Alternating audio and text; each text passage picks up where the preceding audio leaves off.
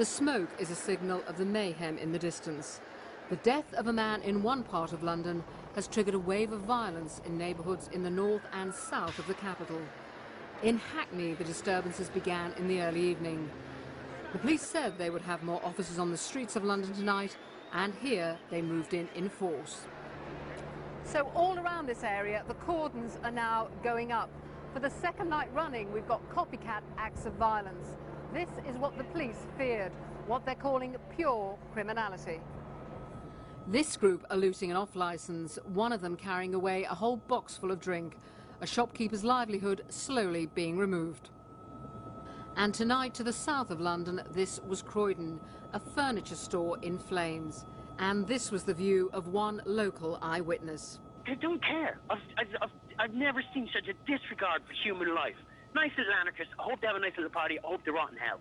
Because the grief they have caused people, the fear they've put in people's hearts, decent people who have done nothing to anyone, and the fear in them. This is an area which is miles from the shooting which has triggered this unimagined spiral of violence. Let's be absolutely clear that there is no excuse for violence, there is no excuse for looting, there is no excuse for thuggery.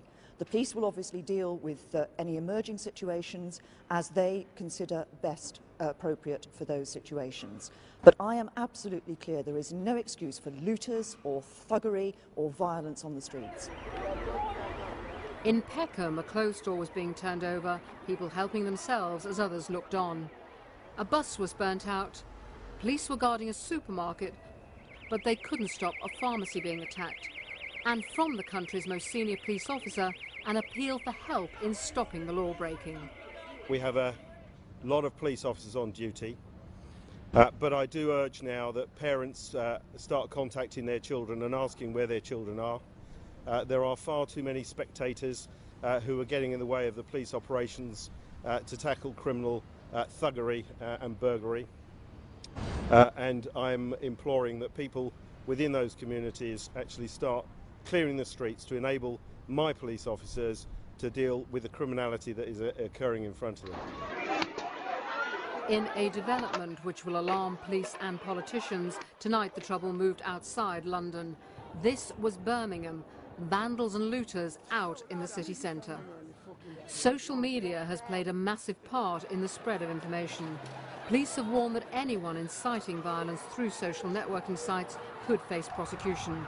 The technology company BlackBerry has said it will try to assist the authorities in tracking down the troublemakers. A fatal shooting by police last Thursday has become the trigger for an unimagined chain of destruction. The sense of crisis is underlined by the Prime Minister's decision to cut short his holiday and return home.